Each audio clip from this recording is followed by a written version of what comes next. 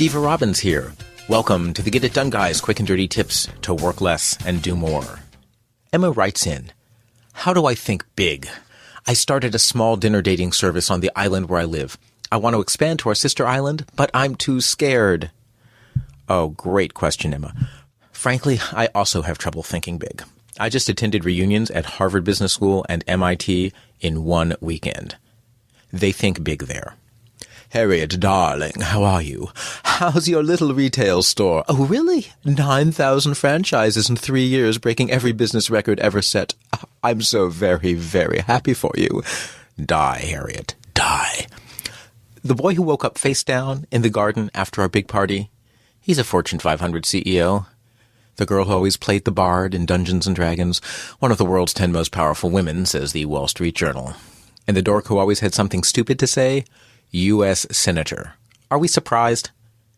After I finished wallowing in feelings of inadequacy, I figured I'd find out how they approach the world. Since they're friends, they'll share their deepest, darkest secrets with me. It may take 6 margaritas, but they'll share. You know what? The rich and powerful are just like you and me. It's just they have more money and power. From the inside, they're thinking, I did what I thought would work to reach my goals. That's what everyone thinks when we reach our goals. We do what we think will work. But for some people it works, for others it doesn't. One thing they do is actually set huge goals. Let's say Europa's goal is to become Empress of the solar system.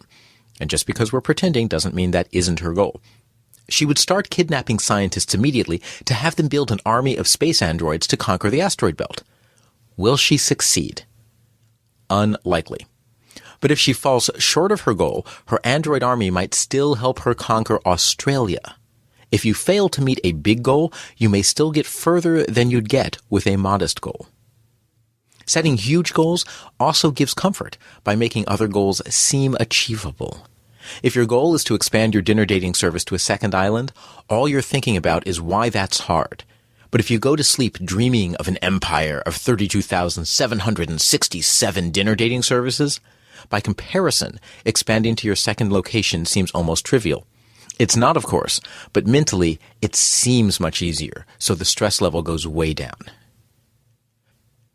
But how many of us leap straight to dreams of solar system dominating empires? Well, some of us.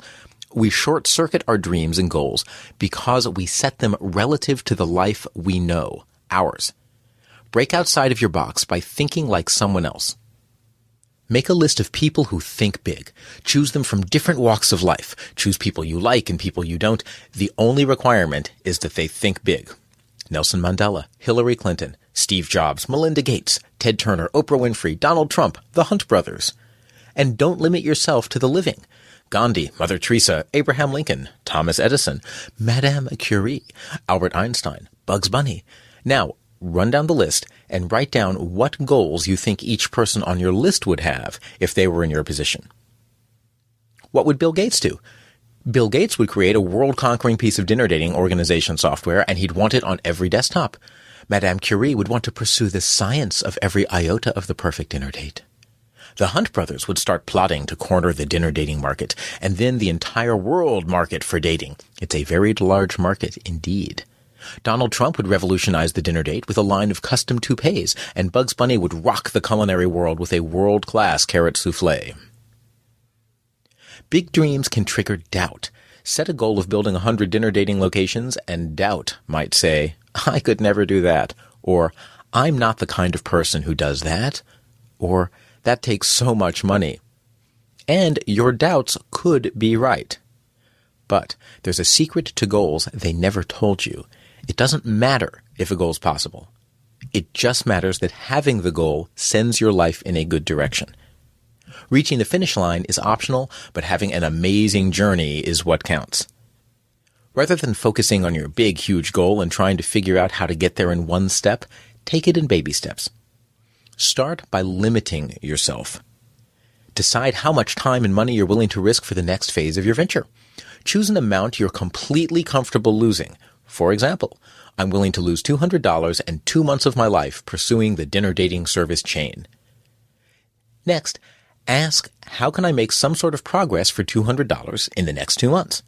You'll find answers like this. Call and take someone to lunch who has successfully built a multi-location business so they can tell me what's involved. Buy 15 minutes of a lawyer's time to understand licensing requirements. See whether I can find someone to host a dinner dating event for free in my new market to test whether people will attend. You'll find you can choose steps that get you far enough along to learn something and then decide whether you want to take another step. I strongly recommend taking steps that put you in contact with other people. They can act as sounding boards, and if they get excited about the idea, they may be able to give you help directly or introduce you to customers, employees, bankers, and others who can help. Once you've reached your $200 2-month limit, stop and assess. Is it worth going ahead? If so, commit the next chunk of funds and time and take the next step. If not, remember, this was an amount you were comfortable losing. You learned, you decided not to proceed. Time to go on to a whole new experiment. Thinking big requires first the dream and then the journey. If your own dreams are too small, borrow some dreams from big thinkers. Then eliminate your risk by choosing your acceptable losses first and acting solely within that limit to take your next step. You'll be staying comfortable, learning constantly, and making progress towards your big, hairy, audacious goal. This is Steve Robbins. You can follow me on Facebook and Twitter as Get It Done Guy. Work less, do more, and have a great life.